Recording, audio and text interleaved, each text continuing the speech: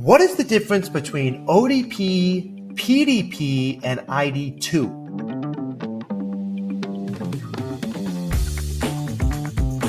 I'm the College Soccer Guy, and I'm here to help you play college soccer.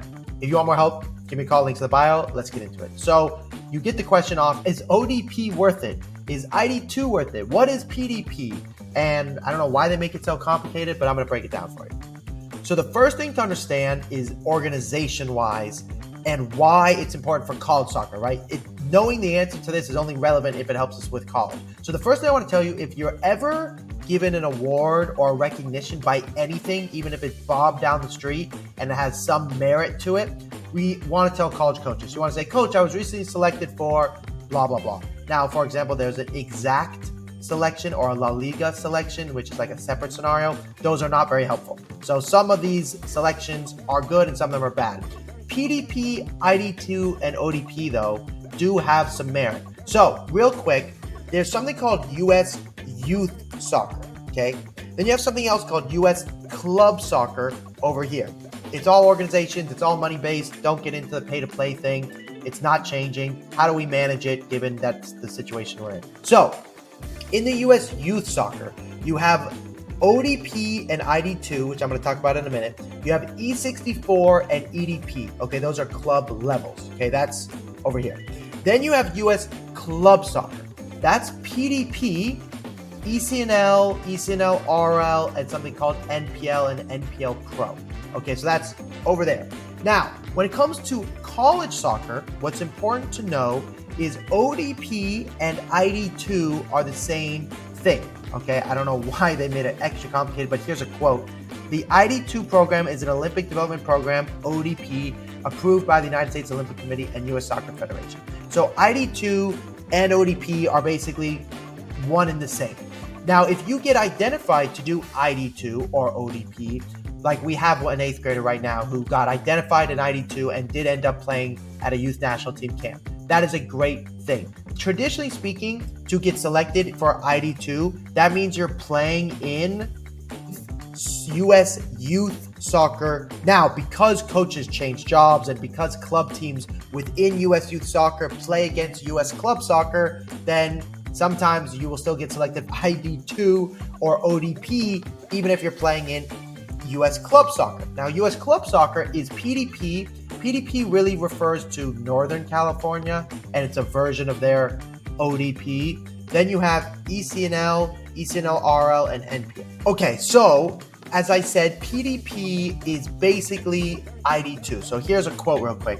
This is by SoCal Player Development Program. They are saying, we're pleased to announce our partnership with U.S. Club Soccer. As a reminder, U.S. Club Soccer is ECNL, ECNRL, and NPL. And their PDP, which is like its own version of ODP, is saying this year's Club Soccer's iD2 class are girls and boys 2011. So PDP and iD2 and ODP are basically the same thing. Now, from a college perspective, what you need to understand is ODP as of today is still has a little bit of weight to it. It used to have a ton of weight, like ODP was everything. Now ODP doesn't mean as much as say playing MLS Next or ECNL. But if you get invited to play ODP and you're not playing ECNL, you should totally do that. If you're playing ECNL, frankly, the ECNL events are better than the ODP events. Now, and I'm just going to use the word ODP, but ODP equals iD2. Now, on paper, again, this is about college soccer. How do you play college soccer because of this? U.S. Youth Soccer is below U.S. Club Soccer in terms of organizations as college coaches believe in their strength to recruit players. Now, that's not entirely accurate because you might have a team that exists in U.S. Youth Soccer, for example, an E64 team, that is better, we're jumping over here to U.S. Club Soccer, that's better than an ECNL RL team. And you go, well, we're better, we beat you. But that's not what it's about. It's not about winning or losing. Once you hit 10th grade, 10th, 11th grade, even 8th, 9th grade, depending if you're a boy or a girl. Girls, it's a lot sooner, so more like 8th and 9th grade. It doesn't matter about winning. It matters who gets exposure. Where are the showcases? Where are the events that you can go to? There's a limited amount of events you can go to where college coaches are coming. National events that exist in U.S. Youth Soccer and U.S. Club Soccer, college coaches at the high levels do not attend those events. They go to ECNL showcases, ECNL playoffs, MLS Next events, and MLS Next playoffs. That's where the majority of the showcasing is done. Now, Las Vegas Cup, Surf Cup, Mayor's Cup will have exceptions. Now, at these national showcases, you may have local college teams and you may have some of the bigger schools going on occasion. So you should definitely still email them. But what you need to ask your club, whichever club you're a part of, is what do you have in store for us to play college soccer? What showcases, frankly, how many showcases are we going to in order to play college soccer? That's how you determine which club team you want to be a part of. I'm going to do the pyramid on another day in terms of the whole thing, but today is just to explain that ODP versus PDP is basically the exact same thing. And now that they're combining forces, if you get selected for iD2 or ODP, it's a good thing. Now I would say, well, I want to get selected. How do I get selected?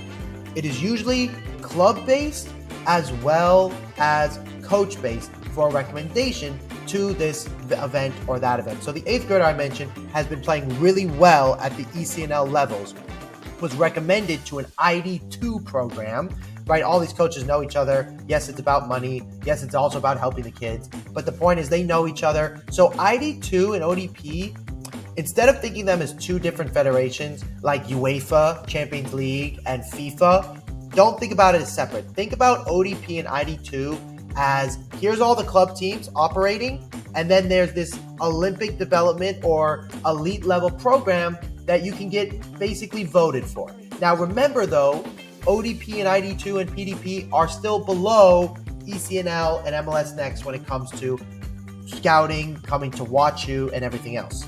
And that's the most important factor when it comes to this recruiting process, is understanding where can you get recruited the most, okay? Now, we help students switch club teams, but we're gonna help you switch not based off of always who's the better club, but who's the right coach, who's gonna help you get recruited. If your coach is willing to make phone calls, that changes a lot of things. If your coach is not willing to make phone calls, that changes a lot of things too. Maybe your director is gonna be very involved. Maybe your club has a college night every single month. I guarantee you they don't, because none of them do, but maybe they have one once a year. I am starting to work with club teams, so if you happen to watch this and you're a club coach, I want to help your club understand the attention needed for the college recruiting process, and you get a whole spiel that I'll talk about later. But in terms of ODP and PDP, they're basically the same thing. Your job is to ask the club, are they willing to make phone calls for me? Are they willing to go on camera and talk about how great I am as a person and a player? And if the coach is willing to support you, it doesn't really matter if you play EDP, E64, PDP, ECNL, ECNRL, NPL, MLS Next. If the coach is willing to support you, that really is the most important factor. Now, if that coach is like, I'm willing to support you, but they have limited connection and limited time, that's the big problem. They may say we're going to support you, but they can't support all 25 of you on the team, right? They're going to have favorites. And so maybe they say, because we have favorites, we're just going to help nobody. And so what I do in my process, I'm not allowed to directly connect you to college coaches. I can educate you on how to get recruited, and I spend a lot of time doing that. If you send your coach your highlight video, they may say, great, it's good, send it out.